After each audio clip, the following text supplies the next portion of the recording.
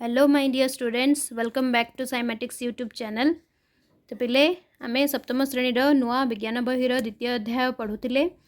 तो last video रे आमे अम्ल और क्षारर सूचक विषय पढ़ी आमे केमिति नेचुरल इंडिकेटर नेचुरल सूचक जो गुड़ाक तुमर अच्छी ताको व्यवहार करके अम्ल और क्षार भितर आमे पृथकीकरण करवा।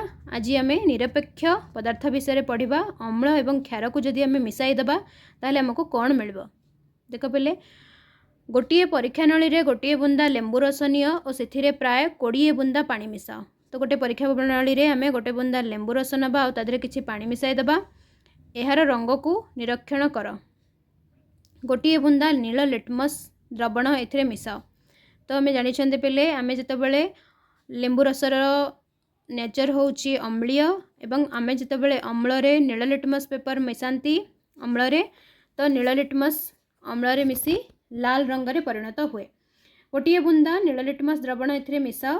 यार रंग रे किछि परिवर्तन लक्ष्य करूछ कि तो आमे जानिबा जे नील लिटमस मिसाइले तो द्रवणटीर रंग हो जिवो लाल रंग, कारण अम्ल लिटमस रो रंग को नील लिटमस को लाल रंग रे परिणत कर दिए। ड्रपर साहाय्य रे परीक्षा नली भितर को चित्र 2.10 ख देख धीरे धीरे बुंदा बुंदा करी चून पानी पकाओ। तो देख पिले आमे जो पाई लाल रंगर द्रवण से पुणी आमे धीरे धीरे करिकी चून पानी गोटे गोटे बुंदा करी पकाइबा। तो चून पानी पकाइबा परे कौन हेबो, पुणी लिटमस रो नाली रंगटा तुमर नील रंग रे परिणत हो। तमाने प्रथमे आमर लिटमस रो रंग नील थिला, अम्ल पकाइबा परे तार रंगटा लाल हो गला। पुणी आमे जेतेबेले क्षार व्यवहार कले पुणी तार रंगटा नील हो गला। तमाने एबे जो द्रवण अच्छी से आउ अम्लीय गुण नाही। ठीक अच्छे पिले। तो एबे तुम्हें कौन लक्ष्य करुच, द्रवणर रंग रे किछि परिवर्तन हेउछि कि किछि समय एमिति कला परे द्रवणर रंग लाल रु नील को परिवर्तन हो जिवो। तो प्रथमे आम पाखरे नील लिटमस थिला, तादिरे आमे लेंबू रस मिसाइबा फल सेटा लाल रे परिणत हैला। पुणी से लाल लिटमस रो द्रवण तादिरे आमे पुणी चून पानी मिसाइले एवं सेटा पुणी तुमर लाल रु नील रंग को परिणत हो गला। पुणी से परीक्षा नली भितर को गोटे बुंदा लेंबू रस पकाओ। तुम्हें कहि परिबो कि काहेकि रंग परिवर्तन होता है। तो देख पिले कहीं रंग परिवर्तन है। तो प्रारंभ में जितेबाला लेंबू रस रे नील लिटमस द्रवण मिसागला सेतेबाला द्रवणर रंग लाल हो गला। तो प्रथमे जितेबाला आमे नील लिटमस रे लेंबू रस मिसाइले तर लेंबू रस रो गुण हेउची अम्लीय, तो सी से नील लिटमस रो रंग को लाल रे परिणत करदेला। चून पानी मिसाइला परे द्रवणर रंग लाल रु नील हो गला। तो चून पानी माने तार नेचर होची क्षारीय, तो सी कौन कला लाल लिटमस रो जो रंग थिला ताकू सी नील रे परिणत करदेला। एथिरु जणागला जे परीक्षा नली रे थिबा द्रवण आदौ अम्लीय नथिला। तो जेतेबेले तुमर परीक्षा नली रे लाल रंगटा नील हो गला तामाने परीक्षा नली रे आ अम्ल नाही। अम्ल थिले तो तार रंग नाली होई थांता। तो जेहेतु अम्ल नाही तामाने सेटा नील रे परिणत हो गला। तो आमे किंतु लेंबू रस पकई थिला, तो लेंबू रसर जो अम्लीयताटा अम्लीय गुणटा ताकू चून पानी जाइकी चून पानी जितेबाला आमे मिसाइले तार अम्लीय गुण यार क्षारीय गुण दुई जन प्रभाव को कौन कले दुई जनर प्रभाव को काटिदेले। तो सेटा ना एबे आ अम्लीय अच्छी ना एबे क्षारीय अच्छी। तो चून पानी मिसाइबा द्वारा यार प्रभाव रे अम्ल प्रशमित हो गला। तो चून पानी जितेबाला आमे मिसाइले अम्लर अम्लीय गुणटा प्रशमित हो गला, माने न्यूट्रल हो गला। याको आमे न्यूट्रलाइजेशन प्रोसेस बोली कहंती। तो एठी अम्लर जो अम्लीय गुणटा थिला सेटा सरीगला।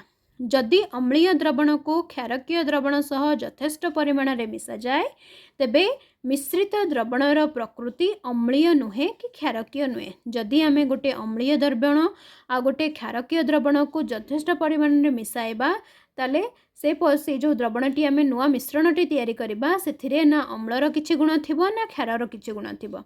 सेथिरे अम्लर भी कौन प्रकृति न थाए किंबा क्षारर भी कौन प्रकृति न थाए। तो जो अम्लर प्रकृति नहीं कि क्षारर प्रकृति नहीं ताहाको आमे कहंती न्यूट्रल पदार्थ, तमाने निरपेक्ष पदार्थ बा प्रशमित पदार्थ आमे कहंती। तो उक्त द्रवणटी को आमे प्रशमित बा निरपेक्ष पदार्थ कहंती, जहाको इंग्लिश रे आमे कहबा न्यूट्रल सब्सटेंस। तो यही प्रतिक्रिया को निरपेक्षीकरण प्रतिक्रिया कहा जाए, जहाँ को कि मैं कहली न्यूट्रलाइजेशन प्रोसेस निरपेक्षीकरण प्रतिक्रिया। ठीक अच्छे पिले, जितेबाला अम्ल को क्षार रे आमे मिसाइबा ଏବଂ ଯଥେଷ୍ଟ ପରିମାଣରେ ମିଶାଇବା ସେତେବେଳେ ଅମ୍ଳୀୟ ବା କ୍ଷାରୀୟ ଦୁଇଟି ପ୍ରକୃତି ରହିବ ନାହିଁ। ଆଉ ଏହି ପଦାର୍ଥଟିକୁ କ'ଣ କୁହାଯାଏ? ନ୍ୟୁଟ୍ରାଲାଇଜେସନ୍ ପ୍ରୋସେସ୍ ବା ନିରପେକ୍ଷୀକରଣ କୁହାଯାଏ। ତ ଏଥିରୁ ଆମକୁ ଏକ ନିରପେକ୍ଷ ପଦାର୍ଥ ମିଳିବ ଯାହା ପାଖରେ ନା ଅମ୍ଳର କୌଣସି ଗୁଣ ଥିବ ନା କ୍ଷାରର କୌଣସି ଗୁଣ ଥିବ। ଏକ ନିରପେକ୍ଷୀକରଣ ପ୍ରତିକ୍ରିୟାରେ ଉତ୍ତାପର ନିର୍ଗମନ ସହ ଲୁଣ ଓ ଜଳ ଉତ୍ପନ୍ନ ହୁଏ।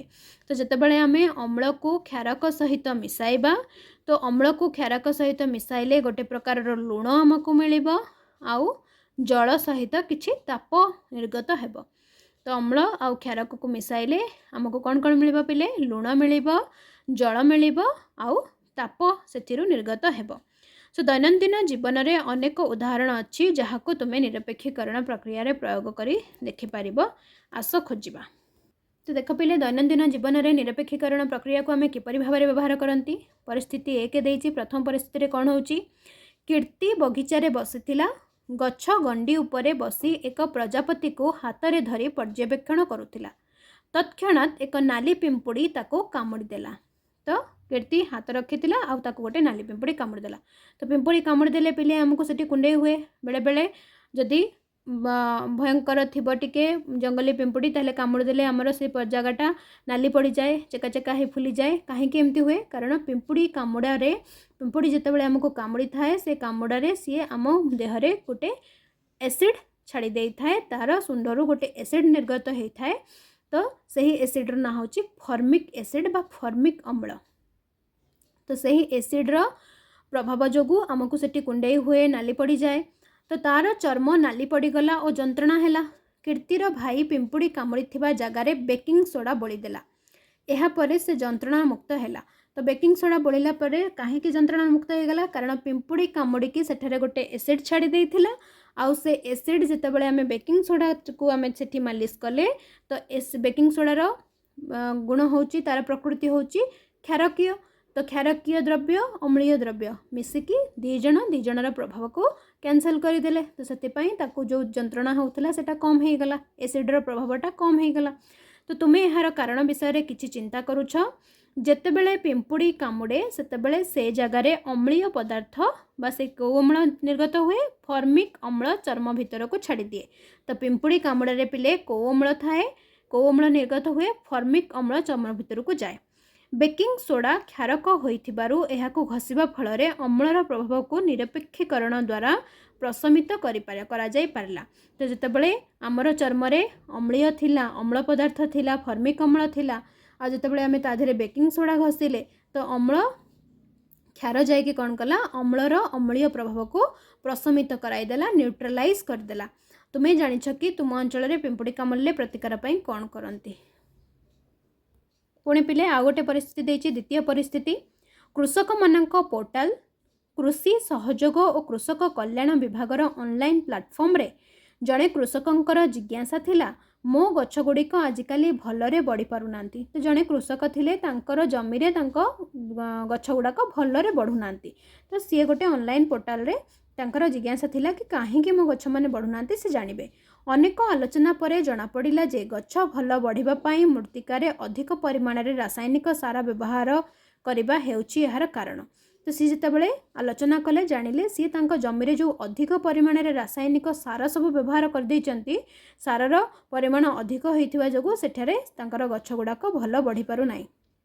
ତ ଅଧିକ ସାର ବ୍ୟବହାର କଲେ କ'ଣ ହେବ? ଅଧିକ ସାର ବ୍ୟବହାର କଲେ ମାଟିଟି ଅମ୍ଳୀୟ ହୋଇଯିବ। ମାଟିଟି ଅମ୍ଳୀୟ ହୋଇଯିବ ଏବଂ ଅମ୍ଳୀୟ ମାଟିଟା ଗଛ ବଢ଼ିବାରେ ବାଧା ସୃଷ୍ଟି କରିବ। ତ ଏହା ଦ୍ୱାରା ମାଟି ଅମ୍ଳୀୟ ହୋଇ ଗଛ ବଢ଼ିବାରେ ବାଧା ସୃଷ୍ଟି ହୋଇଥାଏ। ଏହି କୃଷକଙ୍କୁ ଆମେ କି ପ୍ରକାର ପ୍ରତିକାର ବ୍ୟବସ୍ଥା ଯୋଗାଇ ପାରିବା? ତ ଯେତେବେଳେ ମାଟିଟି ଆମର ଅମ୍ଳୀୟ ହୋଇଯାଇଛି ତାହେଲେ ଅମ୍ଳୀୟ ପ୍ରଭାବଟିକୁ ପ୍ରଶମିତ କରିବା ପାଇଁ ଆମେ କାହାର ବ୍ୟବହାର କରିବା?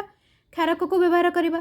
ତ ଯଦି ଆମେ କ୍ଷାରକ ପଦାର୍ଥକୁ ଜମିର ମାଟିରେ ମିଶାଇ ଦେବା ତାହେଲେ ତାର ଅମ୍ଳୀୟ ପ୍ରଭାବଟା ପ୍ରଶମିତ ହୋଇଯିବ ଆଉ ମାଟିଟି ନ୍ୟୁଟ୍ରାଲାଇଜ୍ ହୋଇଯିବ। ତାପରେ ଆମର ଗଛଟି ଭଲ ଭାବରେ ବଢ଼ିବ।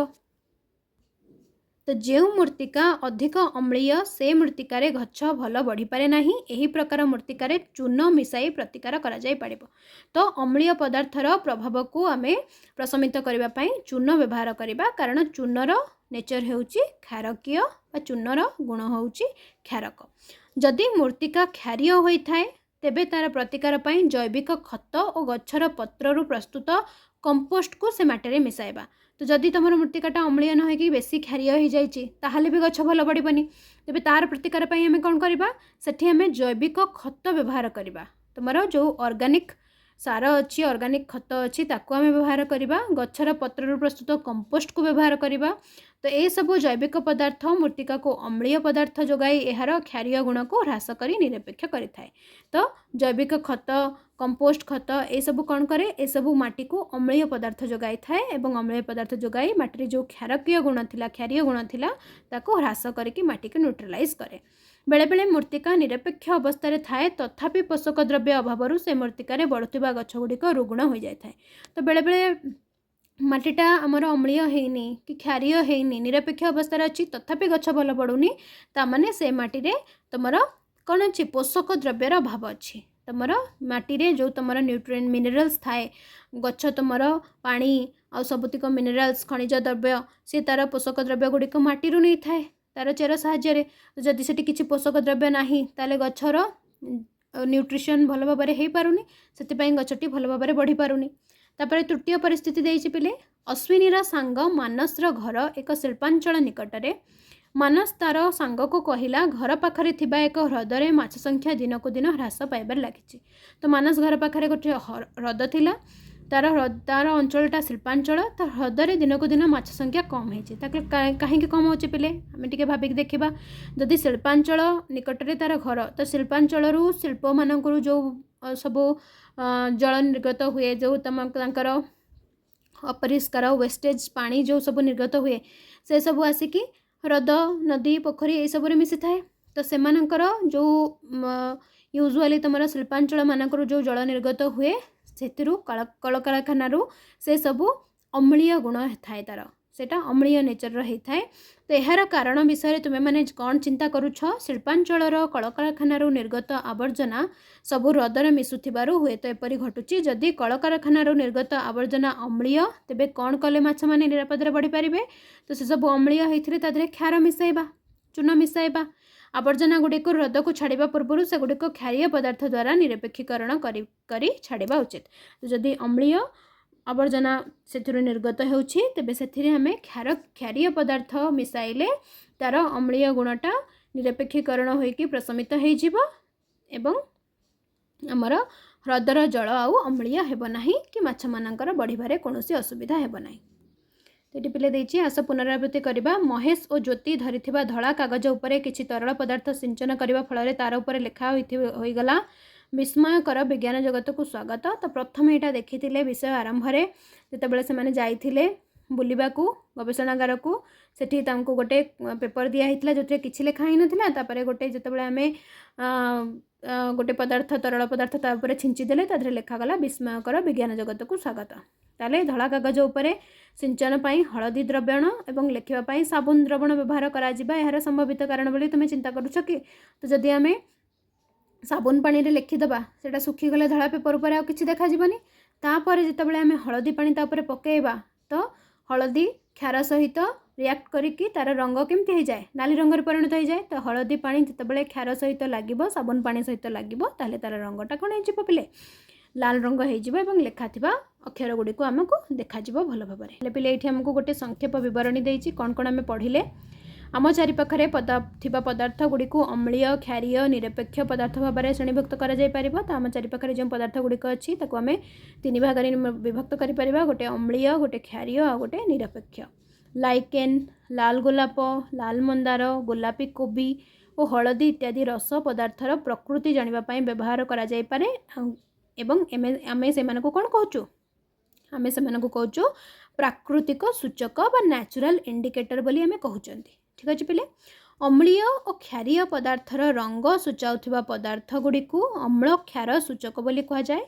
तो जो पदार्थ गुड़िक व्यवहार करके आम अम्लीय और क्षारीय पदार्थ को पृथकीकरण करें आम अम्ल क्षार सूचक बोली कहबा। अम्ल नील लिटमस को लाल कर दिए और क्षारक लाल लिटमस को नील कर दिए। तो ये मुझे कही पिले तुम मन रख लाल माने हूँ डेंजर साइन। तो अम्ल माने यूजुअली जदि अम्ल कहबा एसिड माने आमे मनरे एमिति गोटे धारणा आसे कि एसिड पड़िले सब जली जाए। ठीक अच्छे कि नहीं। तो अम्ल माने डेंजर साइन एसिड माने डेंजर साइन तो जी लाल को परिणत करुच्ची नील को जी लाल कर दौचे डेंजर रे परिणत कर दौचे सेटा होची अम्ल एवं जोंटी लाल को नील करुच्ची सेटा होची क्षार। तो लाल गोलापर रस अम्लीय द्रवण रे लाल रंग और क्षारीय द्रवण रे सबुज रंग परिदर्शन कराए। तो लाल गोलापर रस अम्लीय द्रवण रे पकेले सेटा लाल रंग देखाजिबो एवं क्षारीय द्रवण रे पकेले सेटा सबुज रंग देखाजिबो। हलदीर हलदिया रंग क्षारीय पदार्थ रे लाल रंग हुए। ठीक अच्छे हलदीर हलदिया रंग जदि आम तादेह क्षारीय पदार्थ पकेबा ताले सेटा लाल रंग हम किंतु अम्लीय पदार्थ और निरपेक्ष पदार्थ रे तार कौन से रंग परिवर्तन हुए नहीं। अम्ल और क्षार परस्पर को निरपेक्ष करती एवं एही प्रतिक्रिया रे लवण और जल सृष्टि सह ताप उत्पन्न हुए। तो अम्ल और क्षार परस्पर को निरपेक्ष करती अम्ल क्षार को निरपेक्ष करे प्रशमित कराए आम कहीपर क्षार अम्ल को प्रशमित करे न्यूट्रलाइज करें एवं यही प्रतिक्रिया रे लवण और जल सृष्टि हुए। जो आम अम्ल को क्षार सहित प्रतिक्रिया कराइबा अम्ल एवं क्षार को मिसाइबा यथेष्ट परिमाण में तो से लवण और जल सृष्टि हेबो एवं ता सह ताप उत्पन्न हेबो। नाली पिंपुड़ी कामुड़िबा अम्लीय बा क्षारीय मृत्तिकार प्रतिकार एवं शिल्पांचल आवर्जना आदि साधारण दैनंदिन समस्या गुड़िक निरपेक्षीकरण द्वारा समाधान करा जाय पारे। तो ये सबु केस रे आमे न्यूट्रलाइजेशन प्रोसेस रे ए सबुतिक असुविधा को आमे समाधान करि परिबा। ठीक अच्छे पिले ये तुमर द्वितीय अध्यायटी शेष है। आम संक्षेप देखिले द्वितीय अध्याय आम कौन कौन पढ़िले ताकू पिले तुम्हें भल भाव रिवाइज कर जदि कौन डाउट हुए मत कमेंट बॉक्स रे लिखि पचार एवं वीडियोटी भल लगिले सब्सक्राइब करिवो चैनल को एवं तुम सांग मान सहित बहुत बहुत कर शेयर करिवो। या पर नेक्स्ट वीडियो रे हमें एथिरे थिबा क्वेश्चन आंसर गुडी को आलोचना करिबा। ठीक अच्छे पिले तुम्हें पूर्व पाठ गुडी को रिवाइज करके आसीबो। रहिली जय जगन्नाथ।